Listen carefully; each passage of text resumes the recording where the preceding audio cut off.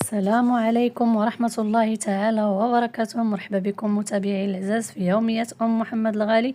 اليوم ان شاء الله غادي نقدم لكم خميرة بلدية اللي تتجي صحية، تتجي مفيدة لكم والجميع، وحسن من الخميرة الاخرى العادية.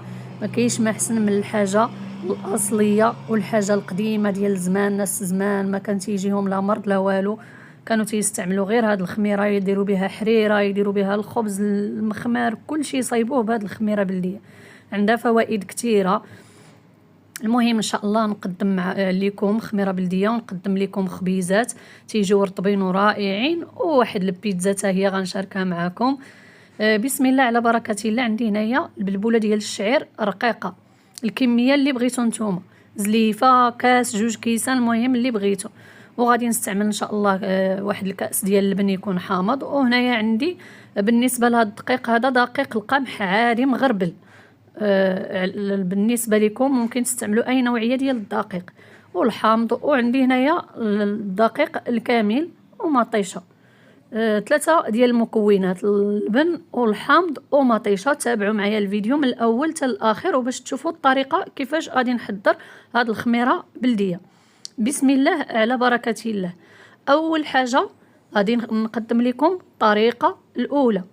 الطريقه الاولى هي داك الدقيق، الدقيق عادي ديال القمح، راه عندي مغربل. علاش انا استعملت هاد الدقيق العادي اللي مغربل؟ لانني غادي نحتاجو ان شاء الله في واحد الوصفه غادي نحضرها معكم من بعد.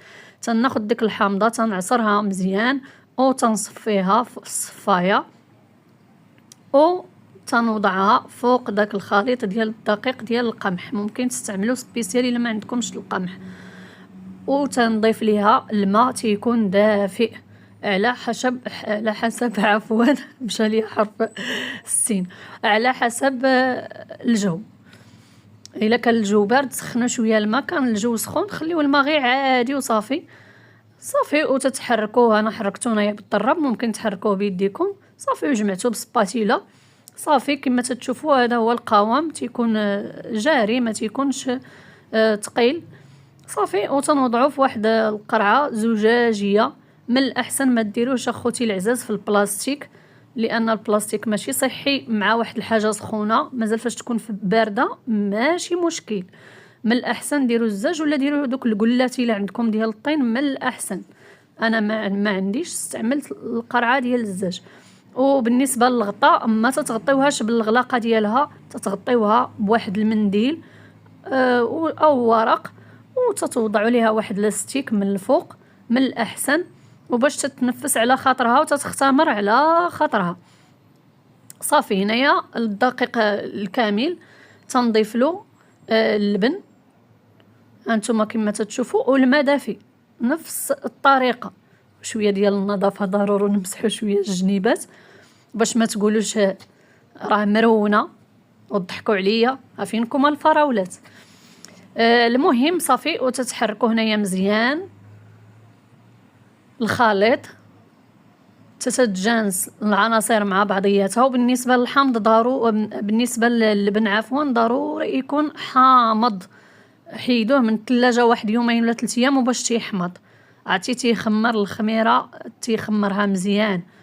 هانتوما شاهدوا معايا الطريقه، وغادي نوريوكم كيفاش تحتفظوا بهذه الخميره وكيفاش تربيوها مره اخرى. راه ممكن تعجنوا بها وتعاودوا تربيوها صافي. نفس الطريقه تنوضعها في واحد القرعه ديال الزاج وصافي. وتنوضع عليها واحد المنديل صافي يكون نقي كما بغى يكون، وتندير ليها لاستيك من الفوق وتنوضعها جانبا. هانتوما شوفوا. بالنسبه للطريقه الثالثه، تناخذ هاد المطيشه هادي، غير الزريعه ديالها اللي غادي ناخذ. راه ما تنحك لا مطيشه لا والو، غير الزريعه ديالها. تنعصرها مزيان في واحد الزليفه كما تتشوفوا امامكم. واخا يطيحوا دوك الطروفه ماشي مشكل، لانني غادي ندير ليها الماء ونصفيها. الطريقه اللي هي سهله. شوفوا نتوما الطريقه اللي عجبتكم وحضروا بها الخميره. الدقيق اللي متوفر عندكم حضروا به الخميره. ولكن واحد النصيحه، عندكم الدقيق الكامل والبلبوله الشعير تطلع الخميره ديالها دغيا، ماشي بحال الدقيق الابيض راه ما تيطلعش دغيا، تيخمر ولكن خصو مده طويله. راه خصو على الاقل 2 عاد يخمر لكم ديال الدقيق الابيض. صافي تنصفيو ديك مطيشه في وسط داك الاناء اللي فيه البلبوله ديال الشعير، وتنضيف ليه الماء صافي، وتنقوم بالتحريك ديالو. الماء اكيد تيكون دافي شي شويه، لان الجو شويه راه جو معتدل الصراحه، ما برد ما سخون. صافي وتنقوموا بالتحريك هاد العناصر مع بعضياتها. الا شفتو خاص الماء تزيدوه، من الاحسن يكون شويه جاري، تكون العجينه شويه ماشي متماسكه. صافي وتتقوموا بالتحريك ديالها مزيان كما تتشوفوا امامكم.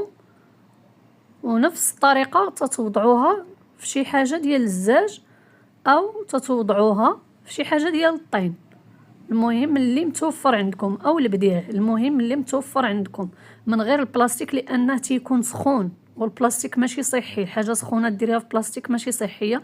صافي تنكرط داكشي مزيان، ديك الخميره مزيان اللي صايبت، وتنوضعها حتى هي في هذيك القرعه ديال الزاج، وتنوضع عليها حتى هي واحد المنديل ابيض، وصافي وتنوضعها جانبا، وتنخليها حتى الغد ليه في العشيه. الا خصها 24 ساعه تقريبا. الا درتها اليوم مع 8 غدا حتى 8 ماشي الصباح، 8 د العشيه، درتها في 8 د الصباح 8 د الصباح. وممكن تاخذ لكم وقت اكثر او اقل على حسب الجو. هانتوما شوفوا هنايا من بعد ما خمرات الخميره، باش تعرفوها خمرات تتكون فيها ريحه الحموضه وتدير لكم واحد البويقات. هانتوما شوفوا لاحظوا هذيك ديال الدقيق الابيض مازال ما اختمرت لياش مزيان. المهم انا نحضر معكم الخبز بالخميره بلديه فقط، ما تنديرش الخميره الروميه يعني خميره فوريه. تناخذ الخميره بلديه اللي صايبت معكم وتنوضعها، وتنخلي واحد شي شويه تقريبا نجهدوا 2 معالق ولا 3 في القاع ديال ديك القرعه. المهم ناخذ انا هنايا خديت زريعه الكتان راه مفيد للصحه، وعندي هنايا الحبه السوداء تقريبا معلقه صغيره من كل حاجه او معلقه كبيره اللي متوفر عندكم، وعندي هنايا الزنجلان تا هو تناخذو تا هو مفيد الصراحه. تديري خبز اللي هو مفيد وصحي. وتندير هنايا شويه ديال الزعتر تا هو راه صحي وزوين، وتيجي لذيذ الخبز بهذا النسمه ديال الزعتر. واكيد غادي نضيف ليه واحد معلقه كبيره ديال زيت الزيتون على مذاق تيجي فيه مع الخميره بلديه، تيجي مذاق رائع جدا. واكيد تنخلط هاد العناصر مع بعضياتها بالماء يكون دافي، وانتوما تتحركوا ما تتبدلوش شي مجهود كبير، راه غير بيد وحده باش تحركوا. هانتوما شوفوا. وبالنسبه للعجين ما يكونش العجين قاصح من الاول اللي تديروا ليه الماء. وشكرا لكم على المتابعه الخوت، شكرا لكم وشكرا لكم جميعا، ومرحبا بكم عندي في القناه. ونتمنى هذا الفيديو ينال الاعجاب ديالكم وتكونوا استفدتوا منه.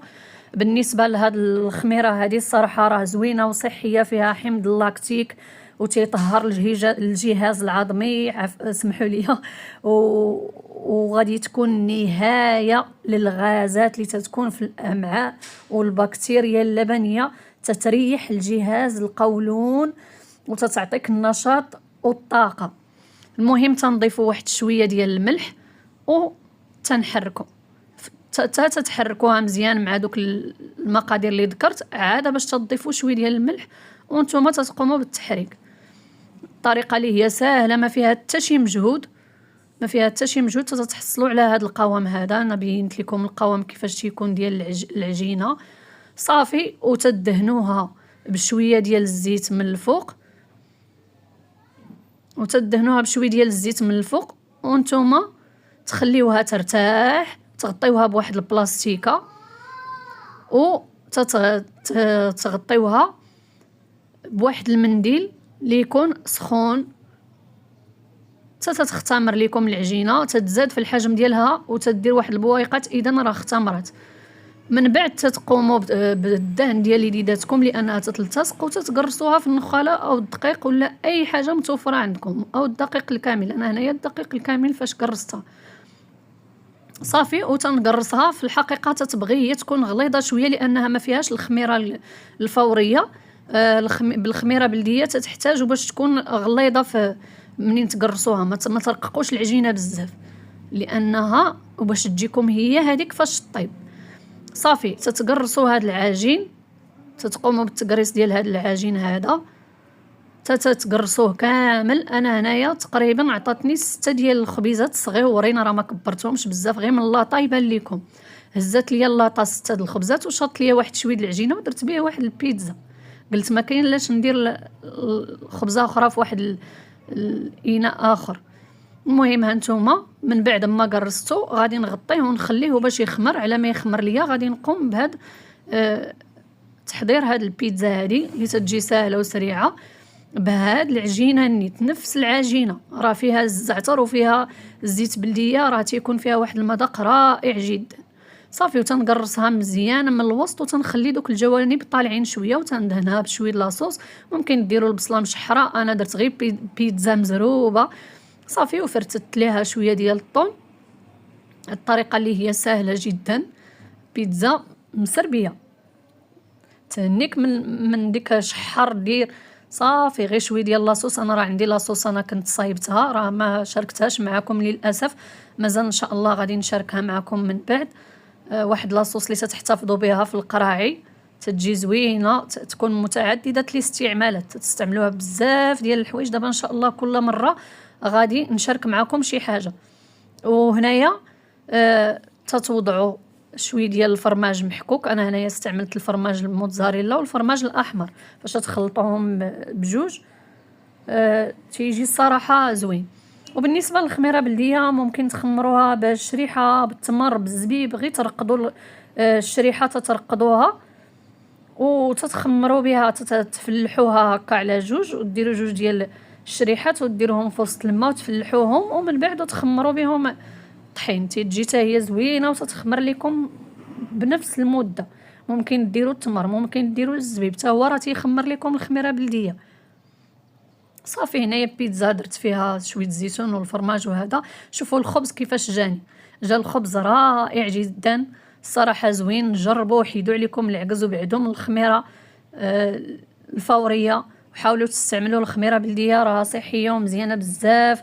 وبالنسبه للخميره بلديه راه مزيانه، تصلح لصحاب الكوليسترول، تصلح حتى لصحاب السرطان، الله يشافيهم ويشافي جميع المسلمين. حسن تبعدوا من الخميره الفوريه وتستعملوا هذه الخميره بلديه، الصراحه تيجي الخبز ديالها مفشفش.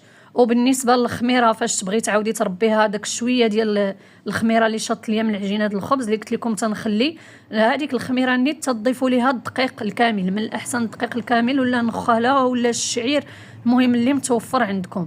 صافي تضيفوه ليها والماء دافي صافي وتتحركوها مزيان، تتحاولوا تحركوها وتخلطوا داك القاع اللي كاين لتحت وباش يتحركوا لكم الجوانب صافي. وتتخليوها وتتغطيوها بنفس الطريقه اللي وريتكم في الاول، وتخليوها حتى لغد ليها راه تلقاوها خمرات لكم. الصراحه خميره بلديه راه صحيه بزاف ومفيده وتتنفعكم في بزاف ديال الحوايج، ومازال ان شاء الله غادي نحضر معكم بزاف ديال الشهيوات بالخميره بلديه ان شاء الله. انتظروني وما تنساوش اخوتي العزاز اللايكات ديالكم. نتوما دابا فاش تفرجتوا في الفيديو ديروا لايك فضلا وليس امرا، ولا ما مشتركش في القناه يشترك ويضغط على الجرس باش يوصلوا اي شيء جديد. وما تنساونيش من التعليقات ديالكم الزوينين اللي تيشجعوني. والى اللقاء الى فيديو اخر ان شاء الله. تنبغيكم بزاف.